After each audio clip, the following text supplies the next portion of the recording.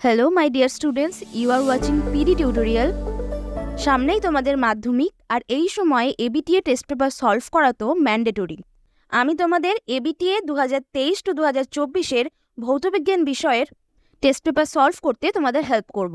ভৌতবিজ্ঞানের page number 34 বিভাগ গ solve করতে সাহায্য করব। তাহলে চলো দেরি না করে শুরু করা যাক। তো বিভাগ গ এর প্রথম প্রশ্ন আছে মিথেন হাইড্রেট কি এবং এর ব্যবহার লেখো। এই প্রশ্নটি তোমাদের ভৌতবিজ্ঞান বইয়ের প্রথম চ্যাপ্টার পরিবেশের জন্য ভাবনা চ্যাপ্টার থেকে দেওয়া হয়েছে। তো এখানে মিথেন হাইড্রেট, যেটাকে আমরা মিথেন ক্যাথরেটও বলতে পারি, এটি হলো কেলাসাকার একটি কঠিন যৌগ যাতে জলের কেলাসাকৃত অণুর মধ্যে মিথেন আটকে থাকে। এই মিথেন হাইড্রেটের সংকেত হলো 4CH4.23H2O। এটি দেখতে অনেকটা বরফের মতো। সমুদ্রের নিচ থেকে নির্গত মিথেন সমুদ্রের ঠান্ডা জলের সংস্পর্শে এলে মিথেন হাইড্রেটের কেলাস উৎপন্ন করে। এবার আমাদের প্রশ্নের পরবর্তী অংশ হলো মিথেন হাইড্রেটের ব্যবহার। মিথেন হাইড্রেট থেকে সহজেই প্রাকৃতিক গ্যাস হিসাবে মিথেন সংগ্রহ করা যায়। যেহেতু প্রচলিত জীবাশ্ম জ্বালানিগুলির ক্রমবর্ধমান ব্যবহারের ফলে সেগুলির ভাণ্ডার দ্রুত নিঃশেষিত হচ্ছে, তাই ভবিষ্যতে শক্তি সংকটের মোকাবিলায় জীবাশ্ম জ্বালানির বিকল্প রূপে মিথেন হাইড্রেটের গুরুত্বপূর্ণ ভূমিকা পালন করবে। তবে মিথেন একটি অন্যতম গ্রিনহাউস গ্যাস হওয়ায় এটা সতর্কভাবে ব্যবহার করতে হবে। এই প্রশ্নের সাথে অথবাতে আরেকটি বিকল্প প্রশ্ন আছে। বিকল্প প্রশ্নগুলো তোমরা অবশ্যই পরীক্ষায় খেয়াল করবে। তো এখানে বিকল্প প্রশ্নটি হলো কিভাবে বায়োফুয়েল তৈরি করা হয়, এর ব্যবহার লেখো। তো জৈব পদার্থকে মিথোজেনিক ব্যাকটেরিয়া অর্থাৎ বিভিন্ন রাসায়নিক পদ্ধতি পচিয়ে তার থেকে তরল জ্বালানি বা বায়োফুয়েল উৎপন্ন করা যায়। এই বায়োফুয়েল আমরা ভবিষ্যতে পেট্রোলের বিকল্প রূপ হিসাবে ব্যবহার করতে পারি। আমাদের সায়েন্টিস্টরা এই পেট্রোলের বিকল্প রূপেই বায়োফুয়েলকে ব্যবহারে খুব আশাবাদী। তো আমাদের বায়োফুয়েলের উদাহরণ হলো ইথানল, মিথানল। বর্তমানে পেট্রোলের সাথে সর্বাধিক 10% ইথানল মিশিয়ে গ্যাস ও হোল উৎপন্ন করা হচ্ছে, যাতে গাড়িতে জ্বালানি রূপে ব্যবহার করলে কম দূষণ হয়। নেক্সট প্রশ্ন, 2 নম্বর প্রশ্ন, একটি কাঁচের পাত্রে 200 সিসি বায়ু 37 ডিগ্রি সেলসিয়াস উষ্ণতায় আছে। গ্যাসের উষ্ণতা বৃদ্ধি পেয়ে 67 ডিগ্রি সেলসিয়াস হলে কত আয়তন বায়ু বেরিয়ে যাবে, যেখানে চাপ স্থির আমরা ধরে নেব। তো এখানে আমরা প্রথমে এই অঙ্কটা ভালোভাবে পড়ব। যখনই আমাদের পরীক্ষায় অঙ্ক দেবে আমরা অঙ্কটাকে ভালোভাবে 2বার 3বার ধরে পড়ব। দেন আমরা অবশ্যই এই অঙ্ক থেকে আমরা কি কি ডেটা পাচ্ছি সেগুলো লিখব। তো এই অঙ্ক থেকে আমরা ডেটা পাচ্ছি যে এখানে চাপ স্থির। তাহলে পরবর্তী ডেটা পাচ্ছি আমরা প্রাথমিক আয়তন অর্থাৎ V1 হচ্ছে 200 সিসি। অন্তিম আয়তন যেটা আমরা বার করব সেটা হচ্ছে V2। এবং প্রাথমিক উষ্ণতা যেটা T1 ধরে নিচ্ছি সেটা হচ্ছে 37 ডিগ্রি সেলসিয়াস। এবং অন্তিম উষ্ণতাকে আমরা T2 ধরে নেব, যেটার উষ্ণতা হচ্ছে 67 ডিগ্রি সেলসিয়াস। এই সেলসিয়াসকে আমরা যখনই কেলভিনে কনভার্ট করব সেটাকে আমরা 273 দিয়ে প্লাস করব। এবার পরবর্তী স্টেপে আমরা লিখব যে স্থির চাপে নির্দিষ্ট ভরের গ্যাসের ক্ষেত্রে চার্লসের সূত্র অনুযায়ী, আমরা জানি চার্লসের সূত্র অনুযায়ী V1/T1 V2/T2 যখন আমাদের চাপ কিন্তু স্থির। এবার এখান থেকে আমরা V2 এর মান বের করে নেব। দেন যে মানটা আমরা পাবো সেটা অবশ্যই আমাদের প্রাথমিক আয়তনের থেকে বেশি হবে, কারণ উষ্ণতা বাড়ালে গ্যাসের আয়তন কিন্তু বাড়ে। তাহলে আমরা কতটা বায়ু কাঁচের পাত্র থেকে বেরিয়ে যাবে সেটা আমরা কিভাবে বার করব, আমাদের প্রাথমিক আয়তন থেকে অন্তিম আয়তনটা আমরা মাইনাস করে দেব। দেন আমরা আমাদের অ্যান্সার পেয়ে যাব। নেক্সট আমাদের পরবর্তী প্রশ্ন, চিত্রসহ উত্তল লেন্সের সাহায্যে বস্তুর অসৎ, সমশীর্ষ ও বিবর্ধিত প্রতিবিম্ব কখন গঠিত হবে দেখাও। তো এক্ষেত্রে তোমরা অবশ্যই এগুলো খেয়াল করবে যে এখানে অসৎ, সমশীর্ষ, বিবর্ধিত প্রতিবিম্ব বলেছে। উত্তল লেন্সের সামনে কোনো বস্তুকে যদি আমরা আলোক কেন্দ্র থেকে ফোকাস দূরত্বের চেয়ে কম দূরত্বে রাখি, তখনই যে প্রতিবিম্বটা গঠিত হবে বস্তুটির সেটাই তখন অসৎ, সমশীর্ষ ও বিবর্ধিত প্রতিবিম্ব হবে। এখানে তোমাদের এটি চিত্র সহ উত্তর দিতে হবে। তো চিত্রটি বারবার বাড়িতে প্র্যাকটিস করতে হবে। নেক্সট আমাদের 3 বিকল্প প্রশ্নটি হচ্ছে প্রমাণ করো অবতল দর্পণের ক্ষেত্রে ফোকাস দূরত্ব তার বক্রতা ব্যাসার্ধের অর্ধেক। তো এই প্রশ্নটির ক্ষেত্রে তোমাদের অবশ্যই খেয়াল রাখতে হবে আমাদের কোন দর্পণের ক্ষেত্রে কথা বলা হয়েছে, অবতল দর্পণ না উত্তল দর্পণ। তো এখানে অবতল দর্পণের কথা বলা হয়েছে, তাহলে আমরা অবতল দর্পণে এই চিত্রটি অঙ্কন করে নেব। যেখানে MOM ড্যাশ এটা হচ্ছে একটা অবতল দর্পণ যার ফোকাস বিন্দু হচ্ছে F এবং বক্রতা কেন্দ্র C এবং O হচ্ছে মেরু। অবতল দর্পণের ক্ষেত্রে PAC এই কোণটা আর FCA এই কোণটা সমান, কারণ এরা একান্তর কোণ। আবার PAC কোণটা FAC এর সঙ্গে সমান, কারণ আপাত কোণ প্রতিফলক কোণের সমান। তাহলে আমরা বলতেই পারি যে FCA কোণটি FAC এর সঙ্গে সমান। অর্থাৎ ত্রিভুজ FAC তে FA = FC। আবার ক্ষুদ্র উন্মেষযুক্ত দর্পণের ক্ষেত্রে A বিন্দু এবং O বিন্দু নিকটবর্তী বিন্দু, তাহলে আমরা বলতে পারি FA = FO, এটাকে আমরা 2 নম্বর দিতে পারি, এবং আগের FA = FCটাকে আমরা 1 নম্বর দিলাম। সুতরাং আমরা এই 1 ও 2 থেকে পাই FC = FO, অর্থাৎ F বিন্দু OC এর মধ্যবর্তী বিন্দু, অর্থাৎ OC = 2FO। এখানে OC = R, যেটা হচ্ছে দর্পণের বক্রতা ব্যাসার্ধ, এবং OF = F, যেখানে দর্পণের ফোকাস দৈর্ঘ্য হচ্ছে এটা। তাহলে আমরা বলতেই পারি এখান থেকে যে R = 2F, যেটাকে আমরা আবার ঘুরিয়ে লিখতে পারি যে F = R/2। অর্থাৎ এখান থেকে প্রমাণিত হলো যে অবতল দর্পণের ক্ষেত্রে ফোকাস দূরত্ব তার বক্রতা ব্যাসার্ধের অর্ধেক। নেক্সট আমাদের 4 নম্বর প্রশ্নটি হচ্ছে 240 ভোল্ট 400 ওয়াট ও 220 ভোল্ট 800 ওয়াটের এই দুটি বৈদ্যুতিক বাতির মধ্যে কোনটির ফিলামেন্ট বেশি মোটা ব্যাখ্যা করো। এই ধরনের প্রশ্নের ক্ষেত্রে আমাদের প্রথমে বাতি দুটির রোধটাকে বের করে নিতে হবে। তো আমরা প্রথম বাতির রোধকে R1 এবং দ্বিতীয় বাতির রোধকে R2 হিসেবে ধরে নিলাম। তো আমরা জানি যে R = V²/P, এটির সাহায্যে আমরা দুটো রোধ পেয়ে গেলাম। এবার আমরা জানি যে দুটি বাতির ফিলামেন্টের দৈর্ঘ্য সমান ও উপাদান অভিন্ন হলে R = ρL/A। এই সম্পর্ক অনুযায়ী বলা যেতে পারে রোধ যত বাড়বে প্রস্থচ্ছেদের ক্ষেত্রফল তত বেশি কমবে। তাহলে এখানে আমরা দেখছি কোন বাতির রোধ সবচেয়ে বেশি, প্রথম বাতির রোধ সবচেয়ে বেশি এবং দ্বিতীয় বাতির রোধ কিন্তু কম। তাহলে দ্বিতীয় বাতির রোধ কম হলে দ্বিতীয় বাতির ফিলামেন্টের প্রস্থচ্ছেদ কিন্তু বেশি হবে। তাহলে আমরা বলতে পারি দ্বিতীয় বাতির ফিলামেন্ট বেশি মোটা। নেক্সট আমাদের 5 নম্বর প্রশ্ন, A ও B দুটি মৌলের পারমাণবিক সংখ্যা যথাক্রমে 7 ও 20।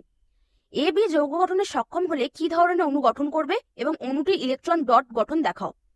তাহলে এক্ষেত্রে A মৌলের পারমাণবিক সংখ্যা হচ্ছে 7, তো এটাকে ইলেকট্রন বিন্যাস করে দেখালে হবে 2, 5। একাধিক ইলেকট্রন বিশিষ্ট পরমাণু নিউক্লিয়াসকে ঘিরে চারদিকে বিভিন্ন শক্তি কক্ষ থাকে, যেমন K, L, M, N। এদের এই কক্ষগুলোর সর্বমোট ইলেকট্রন ধারণ ক্ষমতা বিভিন্ন হয়। তো এই অনুযায়ী আমরা ইলেকট্রন বিন্যাস করে থাকি, যেমন 2, 8, 8 এইভাবে চলতে থাকে। তো এরা সবসময় চাইবে যে আমাদের সর্বশেষ যে কক্ষপথটি আছে সেটা যেন ফুলফিল হয়, সেটা যেন সম্পূর্ণ হয়, তখনই তারা স্টেবল হতে পারবে। তাই এরা নিজেদের মধ্যে ইলেকট্রন আদান প্রদান করে স্টেবল হয়। তো এখানে A যৌগের ক্ষেত্রে ইলেকট্রন বিন্যাস 2, 5। তাহলে আমরা দেখতে পাচ্ছি যে A যৌগের সর্বশেষ কক্ষপথে কিন্তু সম্পূর্ণ নয়। আবার B যৌগের ক্ষেত্রে ইলেকট্রন বিন্যাস হচ্ছে 2, 8, 8, 2। তো B যৌগের ক্ষেত্রে এ যদি সর্বশেষ দুটি ইলেকট্রনকে ছেড়ে দিতে পারে তাহলে এর যে লাস্ট কক্ষপথটি হবে সেটি সম্পূর্ণ হবে এবং স্টেবল হবে। তাহলে এই A যৌগের সর্বশেষ যে 5টি ইলেকট্রন আছে এর আর 3টে ইলেকট্রন দরকার নিজেকে স্টেবল করতে। সে কি করবে, B যৌগের থেকে 3টে ইলেকট্রন ধার নেবে। তো B এর তো সর্বশেষ কক্ষে 2টো ইলেকট্রন আছে, তো এখানে আমাদের 3টি B যৌগের দরকার। ফলে কি হবে, প্রথম B যৌগ থেকে 2টো ইলেকট্রন সম্পূর্ণ নিয়ে নেবে এবং দ্বিতীয় B থেকে একটা ইলেকট্রন নিলে প্রথম A যৌগের লাস্টে সর্বাধিক 8টা ইলেকট্রন হয়ে যাচ্ছে। পরবর্তী এর ক্ষেত্রে আমাদের আরো একটা লাস্টে যে এই বিটা থেকে একটা ইলেকট্রন চলে যাবে এবং লাস্টে একটা বি থেকে আরো 2টো ইলেকট্রন চলে গেলে এরও কাছেও 8টা ইলেকট্রন সম্পূর্ণ হবে। তাহলে আমরা বলতে পারি A ও B যৌগ গঠনে সক্ষম হলে এরা B3A2 অণু গঠন করবে। এবার আমাদের পরবর্তী প্রশ্ন 6 নম্বর প্রশ্ন, নিচের কোনটি তড়িৎযোজী এবং কোনটি সমযোজী চিহ্নিত করো। তো এখানে প্রথম হচ্ছে সোডিয়াম ফ্লুরাইড। সোডিয়ামের ইলেকট্রন বিন্যাস করলে হয় 2, 8, 1 এবং ফ্লুরিনের ইলেকট্রন বিন্যাস করলে হয় 2, 7। তাহলে আমরা দেখতে পাচ্ছি যে এখানে ফ্লুরিনের লাস্টে আমাদের একটা ইলেকট্রন দরকার, তাহলে এ 8 হবে এবং এই ইলেকট্রন কক্ষটা সম্পূর্ণ হবে। এবং এন এর লাস্টে একটা ইলেকট্রন ছেড়ে দিলে এর লাস্টে সর্বনিম্ন কক্ষপথে ইলেকট্রন থাকবে 8টা, যাতে ও স্টেবল হবে। তাই এখানে এন এ এফ একটা ইলেকট্রন দিয়ে দেবে এবং এরা তড়িৎযোজী বন্ধন গঠন করবে। আমরা জানি যখন ইলেকট্রনটা পুরোপুরি কাউকে দিয়ে দেওয়া হবে তখন সেটা তড়িৎযোজী বন্ধন, আর যখন একটা বা দুটি ইলেকট্রনকে একে অপরের সাথে শেয়ার করে নেবে সেটা হচ্ছে সমযোজী বন্ধন। যেমন পরবর্তী ক্ষেত্রে দেখো অ্যামোনিয়া, এখানে নাইট্রোজেনের অ্যাটমিক নাম্বার 7, তাহলে ইলেকট্রন বিন্যাস করলে হবে 2, 5। কিন্তু হাইড্রোজেনের অ্যাটমিক নাম্বার হচ্ছে 1, তাহলে এখানে নাইট্রোজেনকে স্টেবল হতে হলে ওর আরো 3টে ইলেকট্রন দরকার। তাই এখানেও 3টে হাইড্রোজেনের থেকে একটা একটা করে ইলেকট্রন নেবে এবং সেটি নাইট্রোজেন এবং হাইড্রোজেন শেয়ার করে নেবে। ফলে নাইট্রোজেনের বাইরের ইলেকট্রন কক্ষপথে ইলেকট্রন সংখ্যা হবে 8টা এবং হাইড্রোজেনের বাইরের ইলেকট্রন কক্ষপথের সংখ্যা হবে 2টো। এইভাবে এরা সমযোজী বন্ধন গঠন করবে। নেক্সট CH4 অর্থাৎ মিথেনের ক্ষেত্রে কার্বনের সব থেকে বাইরের কক্ষপথে 4টা ইলেকট্রন আছে। তো কার্বনকে স্টেবল হতে গেলে ওর দরকার আরো 4টি ইলেকট্রন। তাহলে কার্বন কি করবে? কার্বন 4টে হাইড্রোজেনের সাথে ইলেকট্রন শেয়ার করবে। ফলে কার্বনের বাইরের কক্ষপথে 8টা ইলেকট্রন হবে এবং হাইড্রোজেনের বাইরের কক্ষপথে 2টো ইলেকট্রন হবে এবং এরা সমযোজী বন্ধন গঠন করবে। এবং পরবর্তী এবং লাস্ট হচ্ছে লিথিয়াম হাইড্রেট। লিথিয়াম হাইড্রেটের ক্ষেত্রে লিথিয়ামের অ্যাটমিক নাম্বার হচ্ছে 3। তো এখানে ইলেকট্রন বিন্যাস করলে হবে 2 আর 1, আর হাইড্রোজেনের 1। তো এখানে লিথিয়াম যদি একটা ইলেকট্রন হাইড্রোজেনকে দিয়ে দেয় তাহলে লিথিয়ামেরও বাইরে 2টো ইলেকট্রন হবে এবং হাইড্রোজেনের বাইরে 2টো ইলেকট্রন হয়ে যাবে। তো এইভাবে এরা তড়িৎযোজী বন্ধন গঠন করে। নেক্সট 7 নম্বর প্রশ্ন, লাইকার অ্যামোনিয়া ও তরল অ্যামোনিয়ার মধ্যে পার্থক্য লেখুন। লাইকার অ্যামোনিয়া হচ্ছে 0.88 আপেক্ষিক গুরুত্ব বিশিষ্ট অ্যামোনিয়ার গাঢ় জলীয় দ্রবণ। অন্যদিকে তরল অ্যামোনিয়া হচ্ছে অ্যামোনিয়াকে ঠান্ডা করে চাপ প্রয়োগ করলে তরল অ্যামোনিয়া পরিণত হয়, যেটা বর্ণহীন হয়। লাইকার অ্যামোনিয়া কিন্তু ক্ষারধর্মী হয় এবং তরল অ্যামোনিয়া ক্ষারধর্মী নয়। এবং লাইকার অ্যামোনিয়া কৃষিক্ষেত্রে সার হিসাবে, শিল্প কারখানায় অ্যাসিডের প্রশমন কাজে ব্যবহৃত হয় এবং তরল অ্যামোনিয়া শীতলীকরণের কাজে বহুল ব্যবহৃত হয়। এখানে 7-এর বিকল্প প্রশ্ন, লাইকার অ্যামোনিয়ার বোতলে ছিপি খোলার সময় বোতলটিকে ঠান্ডা করে খুলতে হয় কেন? তো লাইকার অ্যামোনিয়া হচ্ছে 0.88 আপেক্ষিক গুরুত্ব বিশিষ্ট অ্যামোনিয়ার গাঢ় জলীয় দ্রবণ। তো লাইকার অ্যামোনিয়ার বোতলে অ্যামোনিয়াকে উচ্চ চাপে দ্রবীভূত করে রাখা হয়। ছিপি খোলার সাথে সাথে কিছুটা অ্যামোনিয়া চাপ মুক্ত হয়ে চোখে ছিটকে পড়ে দৃষ্টিশক্তি নষ্ট করতে পারে। এই দুর্ঘটনা এড়াতে বোতলের ছিপি খোলার সময় বোতলটিকে ঠান্ডা করে খুললে বোতলের ভিতরে অ্যামোনিয়া বাষ্প চাপ কমে এবং গ্যাসের দাহ্যতা বেড়ে যায়, ফলে দুর্ঘটনা ঘটার সম্ভাবনা কম থাকে। এখানে 6 নম্বর প্রশ্নের আরেকটি বিকল্প প্রশ্ন ছিল যেটা আমরা মিস করেছি। তো এখানে প্রশ্নটি হচ্ছে সমযোজী ত্রিবন্ধক যুক্ত একটি মৌলিক ও একটি যৌগিক অণু ডট গঠন করে দেখাও। তো এখানে সমযোজী ত্রিবন্ধক যুক্ত মৌলিক অণু হচ্ছে নাইট্রোজেন এবং সমযোজী ত্রিবন্ধক যুক্ত যৌগিক অণু উদাহরণ হচ্ছে অ্যাসিটিলিন। তো তোমরা নিশ্চয়ই অণু ডট গঠন করতে পারো, তো এখান থেকে একবার নিজেরা করে মিলিয়ে নিও।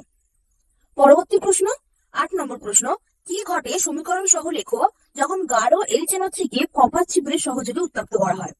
তো এখানে তোমরা রিয়াকশনটা দেখতে পাচ্ছ, যখন কনসেন্ট্রেটেড HNO3 অ্যাকোয়াস ফর্মে যেটা থাকে সেটাকে আমরা কপার ছিদ্রে অর্থাৎ কপারটা সলিড ফর্মে আছে তাদের মধ্যে যখন রিয়াকশন করাই তখন আমাদের CuNO3 এর হোল 2 প্লাস NO2 গ্যাস এবং H2 উৎপন্ন হয়। এখানে 8 নম্বরের বিকল্প প্রশ্ন হচ্ছে সিলভার নাইট্রেটের জলীয় দ্রবণে H2S গ্যাস চালনা করলে কি ঘটে সমীকরণ সহ লেখো। সিলভার নাইট্রেট অর্থাৎ AgNO3 এর উপর দিয়ে যখন H2S গ্যাস চালানো হয় তখন Ag2S এর প্রেসিপিটেট হয়, অর্থাৎ সিলভার সালফাইডের কার্বনে প্রেসিপিটেট করে এবং সাথে HNO3 উৎপন্ন হয়। এবং বিভাগের সর্বশেষ প্রশ্ন 9 নম্বর প্রশ্ন, কিভাবে পরিবর্তিত হয় শর্ত সহ লেখো যখন অ্যাসিটিলিন থেকে ইথেন উৎপন্ন হয়। মধ্যে প্ল্যাটিনাম বা প্যালেডিয়ামের অনুঘটকের উপস্থিতিতে যখন অ্যাসিটিলিন প্রথমে অ্যাটমিক হাইড্রোজেনের সঙ্গে রিঅ্যাকশন করানো হয় তখন সেখানে ইথিলিন উৎপন্ন হয় এবং এই ইথিলিনের সাথে আবার অ্যাটমিক হাইড্রোজেনের সঙ্গে রিঅ্যাকশন করলে ইথেন উৎপন্ন করা হয়। এই বিক্রিয়াটি নিউক্লিয়ার পরিস্থিতিতে করলে এটি অধিকার প্রয়োজনে 160 ডিগ্রি সেলসিয়াস। কিন্তু যদি আমরা প্ল্যাটিনাম বা প্যালেডিয়াম বিক্রিয়া তাহলে রিঅ্যাকশনটি সাধারণ হিসেবে ঘটে। এটা আমাদের প্রতিটি প্রশ্নের উত্তর আমরা সার্চ করে যদি তোমাদের বুঝতে পেরে তোমরা অবশ্যই আমাকে কমেন্টে জানাবে। এইভাবে ভিডিও সার্চ করে দিলে তোমাদের কোন সুবিধা হচ্ছে সেটা আমাকে অবশ্যই কমেন্ট করে জানাবে। আজকের মতো এইটুকু।